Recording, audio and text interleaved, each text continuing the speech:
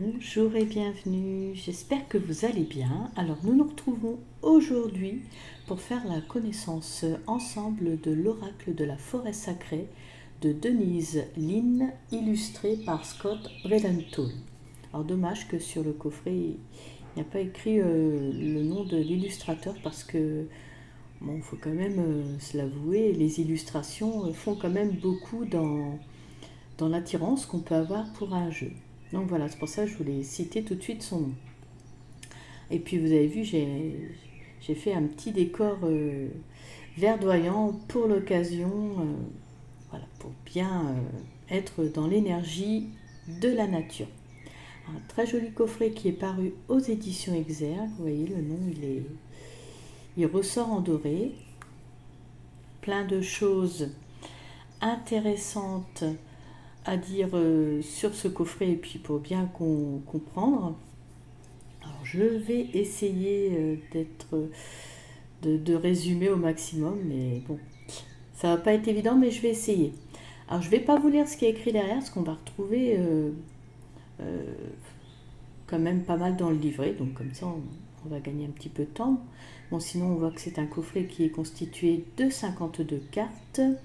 Alors avec, on a un livret explicatif et son prix est de 24,90 €. Voilà. Allez, on y va. On découvre le coffret. Alors l'intérieur, alors, ce que j'aime beaucoup. En plus, juste dans la vidéo précédente, je disais que j'aimais bien quand il y a une petite citation à l'intérieur. Et là, vraiment, on est bien dans la nature.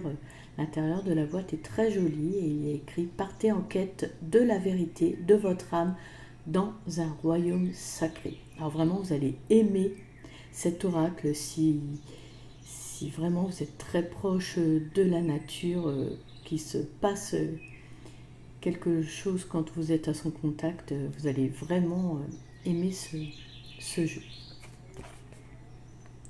Alors, ensuite, nous avons le livret d'accompagnement, un petit livret en noir et blanc, le petit bémol. Sinon, il y a plein d'explications, il y a au moins une quarantaine de pages avant d'arriver aux explications des cartes. Alors, je retire les cartes et on regarde l'intérieur avec toujours la nature bien présente à l'intérieur. Et allez, on commence sans plus attendre par le livret. Alors, on commence les choses de façon basique. J'ai bien une présentation, le sommaire.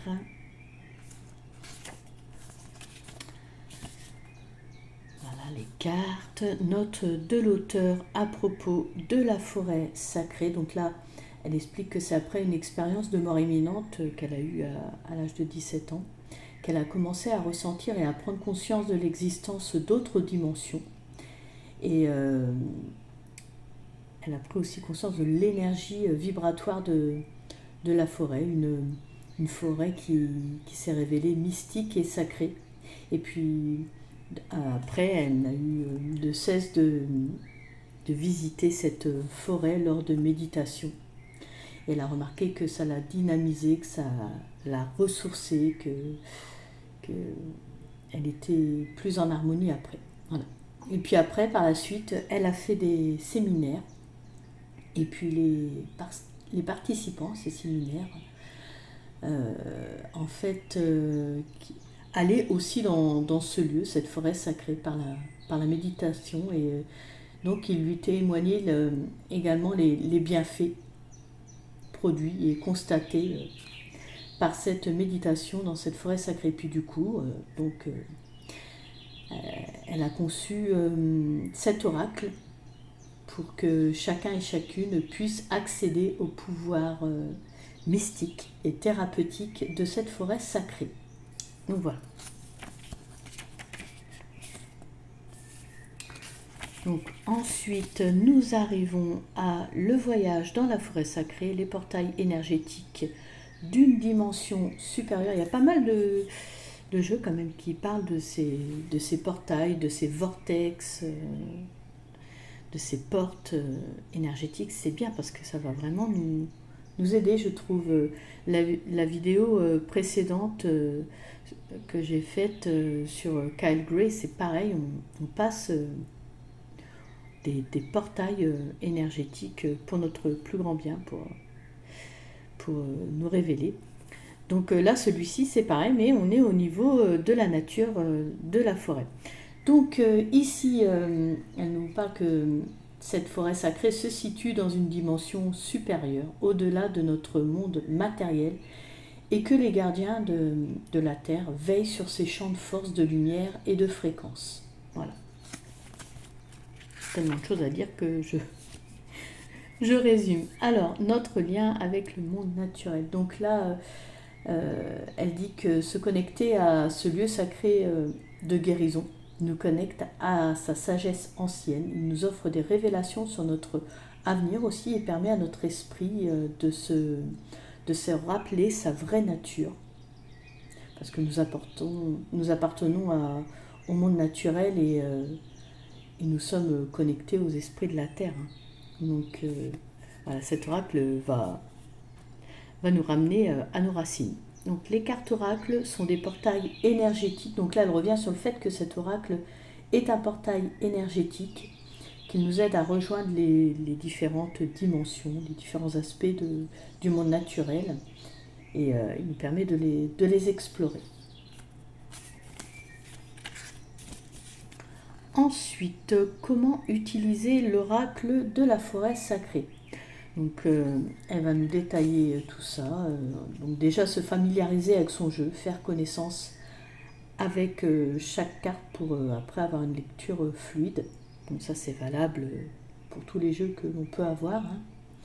Voilà, et qu'il faut, même si on passe quand même, voilà, on va quand même dans une dimension qu'il faut respecter, il faut l'aborder avec joie. Bien sûr, le cœur léger, comme disait également Kyle Gray dans son oracle, mais de façon respectueuse, voilà, parce que c'est quand même un royaume sacré. Hein. Voilà. Alors, ensuite, se préparer à la lecture. Donc là, les pages suivantes, elle en vient aux étapes qui sont essentielles et qu'il faut respecter. Donc déjà se préparer à la lecture, donc libérer l'espace, le préparer bien sûr. Ensuite se centrer, appeler l'esprit. Alors, ça peut paraître répétitif et banal, mais pour quelqu'un qui commence à se mettre dans la cartomancie, c'est bien qu'il fasse ce rappel dans leur livret. Donc concentrer son attention, bien oui, c'est important. Visualiser cette forêt sacrée et purifier les cartes. Alors ensuite, on arrive au thème de choisir les cartes. Donc là, dynamiser ses mains, les préparer pour pouvoir faire le tirage, imprégner les cartes d'amour, choisir une méthode, poser une question, mélanger les cartes, sélectionner les cartes. Ensuite, nous arrivons à comment interpréter les cartes. Donc, retourner une carte, observer la carte, découvrir sa signification. Ensuite, comment stocker les cartes. Donc les envelopper dans un tissu. Mais alors en fait, vraiment, si vous avez une façon de faire et que vous le faites avec le cœur, c'est comme pour comment effectuer un tirage.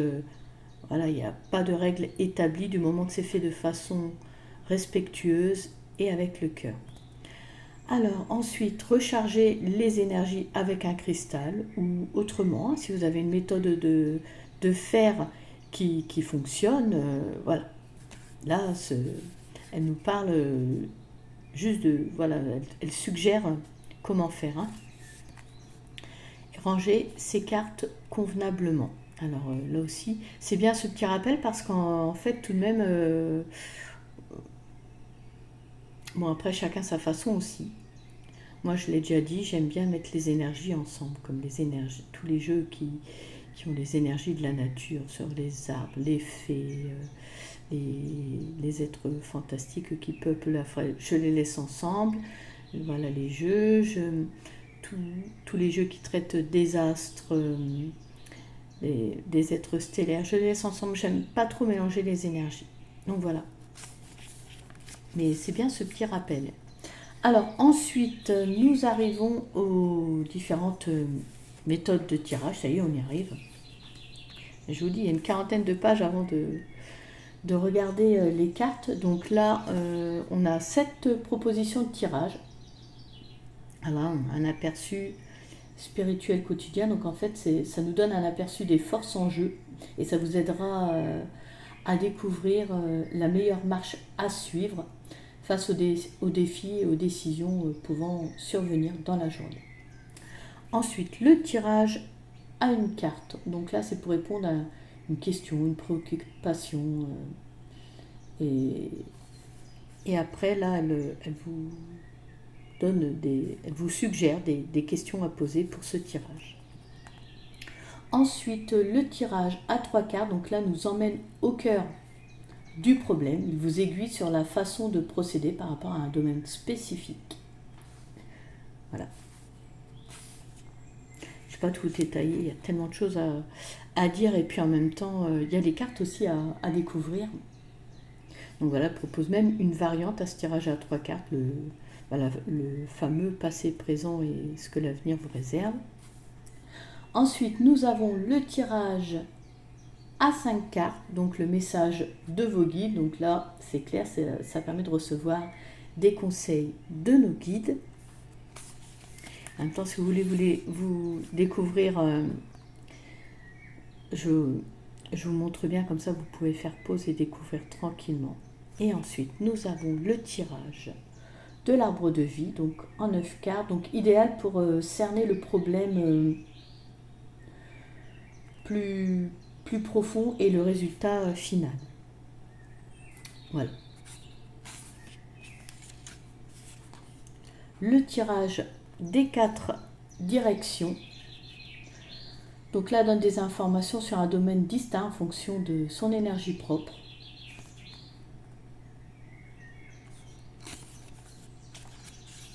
Et ensuite, on a un tirage à 13 cartes.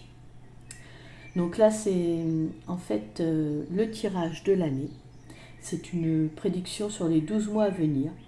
Voilà, et la 13e, là, qui est au centre, représente l'énergie de l'année tout entière. Voilà. Ensuite, pénétrer dans la forêt sacrée grâce à ses rêves. Donc là, elle aborde avec nous comment faire par rapport, voilà, si on y accède par le rêve. Donc écrire son rêve, choisir une carte, discerner le message. Elle en vient en fait que en fait, l'esprit nous parle, nous donne des informations au travers de nos rêves et donc du coup elle nous donne des étapes à suivre. Voilà. Et puis elle dit même qu'on peut effectuer un tirage même si on n'a aucun souvenir de notre rêve. Voilà, pas d'inquiétude parce qu'en fait l'univers nous transmettra quand même un message. Ensuite, lire les signes grâce aux cartes. Donc là, elle vient au fait que si l'on reçoit des signes, des synchronicités dans la vie de tous les jours, et ben les cartes, elles peuvent nous aider justement à les interpréter. Voilà, si vous pensez fortement à une synchronicité que vous avez eue dans la journée ou un signe que vous avez vu, et bien en fait, vous pouvez faire un tirage et vous aurez une réponse avec ce jeu par rapport à cela. Voilà. Et ensuite, nous arrivons aux cartes. Voilà. Alors, donc là, on voit qu'il n'y a pas de miniature par rapport à... Je vais prendre la première carte pour qu'on puisse voir. Et, par exemple, la carte numéro 1, on n'a pas de miniature, on a juste... Donc, le nom de la carte qui est là. le nom de la carte. On a le mot-clé ou la phrase qui l'accompagne. Donc là, c'est le savoir. Hop, je vais reposer la carte comme ça. J'aurai les mains davantage libres pour vous montrer. Alors ensuite, là ici, on a un texte explicatif, je dirais, aux tendances poétiques qui décrit le sujet de la carte, son rôle, son action dans la forêt enchantée. Ensuite, forêt enchantée, forêt sacrée. Ensuite, ici, nous avons la signification qu'elle peut avoir dans votre vie. On voit ce que représente l'énergie de l'esprit, du personnage ou de l'animal, etc., qui est représenté sur la carte. Voilà. Et on voit aussi les conseils que cette carte, que cet esprit nous apporte et les actions à entreprendre. Et pour finir enfin, ce que l'esprit ou du personnage ou de l'animal, bref, ce qui est représenté sur la carte, à nous révéler ce qu'il souhaite nous dire. Voilà. D'ailleurs, c'est écrit l'esprit de l'air dit.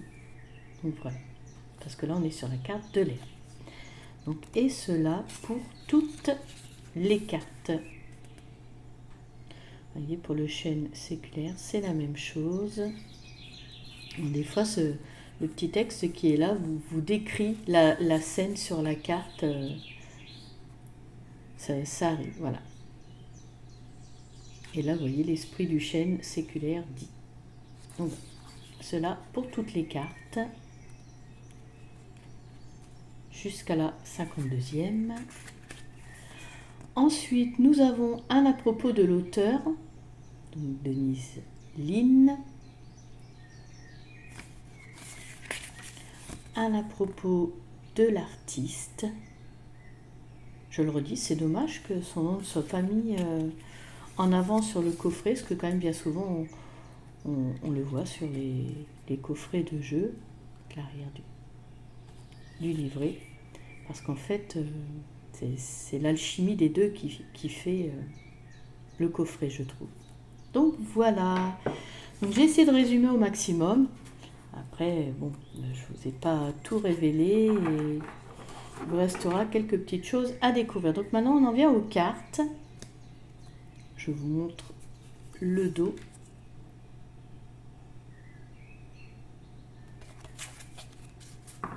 En ce qui concerne la qualité des cartes, elle est très bonne. Vous voyez, les tranches sont neutres. Elles ont un fini mat. Moi, j'aime bien. Après, c'est affaire de goût. Il y en a qui préfèrent brillant. Moi j'aime bien, pour ma part, cet effet mat. Et puis, ben, écoutez, on va commencer à regarder les cartes. Hein. Donc là, on est sur l'esprit de l'air, qui représente le savoir. Alors, bien sûr, c'est un mot-clé, mais il peut y avoir plein de symboliques, bien sûr, qui entourent l'esprit de la carte. Hein. Ensuite, le chêne séculaire, la force. Alors, elles sont numérotées, donc vous pourrez retrouver facilement dans le livret. Le tremble représente le courage.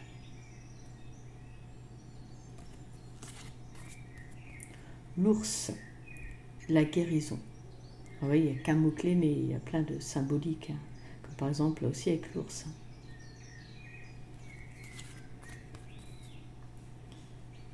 L'abeille, la prospérité.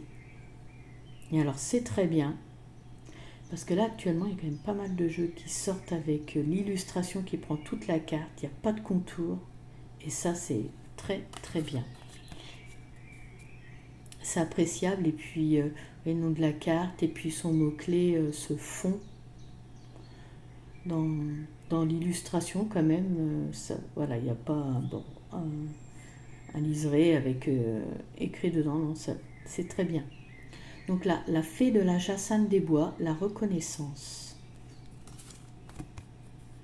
Le merle bleu, le bonheur. Le papillon, la transformation. la grotte de cristal, la confiance. La fée jonquille, les nouveaux départs. Le dragon, le pouvoir.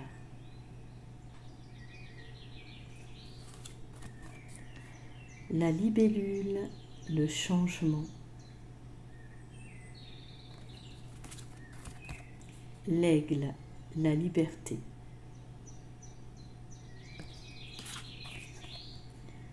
La terre, la stabilité.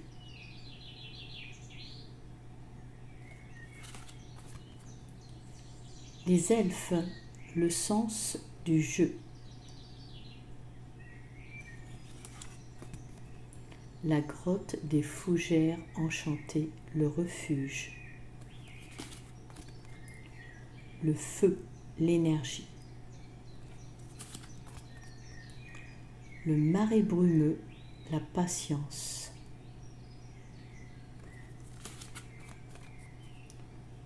Le temple de la forêt, l'illumination.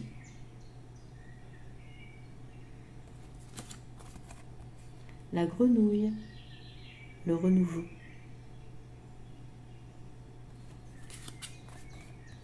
Les gardiens de la terre, la protection.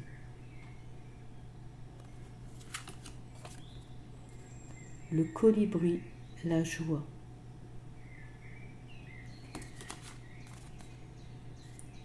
L'érable, la générosité.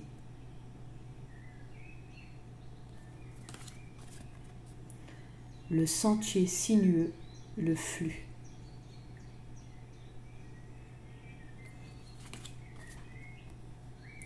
Le clair de lune féerique, la magie. La clairière mystique, le sanctuaire.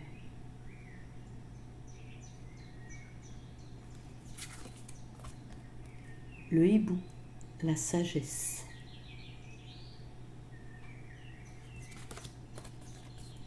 Pégase, la transcendance. Hop, qui est à l'arrière des cartes. Le phénix, la transmutation.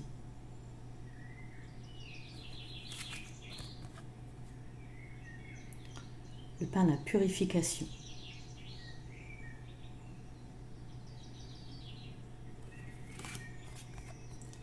La cascade arc-en-ciel, les miracles. Le corbeau, la vérité. Vous avez vu, hein, elles sont vraiment magnifiques ces illustrations. C'est pour ça que je dis que ça fait beaucoup dans ce qu'on ressent pour un jeu. Le miroir d'eau, l'immobilité.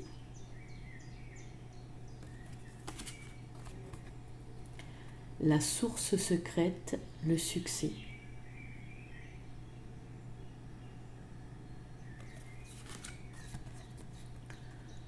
Le gardien de l'automne, le lâcher-prise.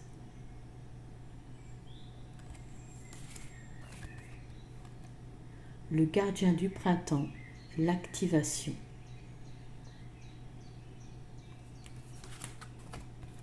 Le gardien de l'été. Donc là, on a vu les gardiens des saisons, vous avez vu, l'épanouissement.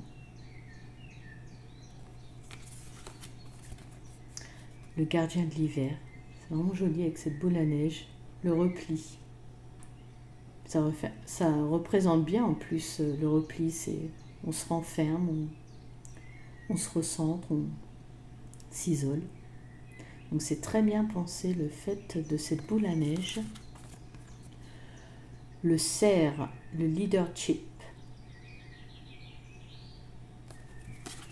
Majestueux. Les menhirs, le passage.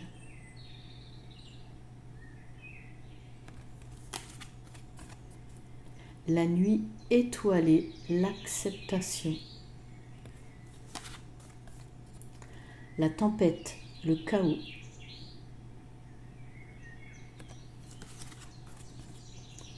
Le buisson épineux, l'incertitude.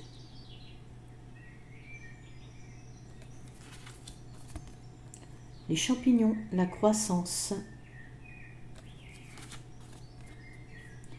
La licorne, la pureté. L'eau, la manifestation des rêves.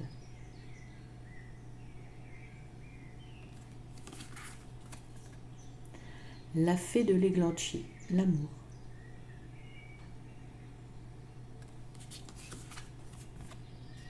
Le saule, la souplesse.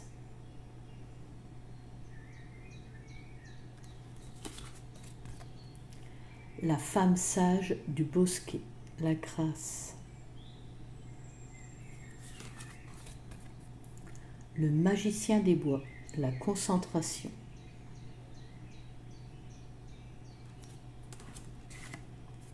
Le loup, la famille. Et oui.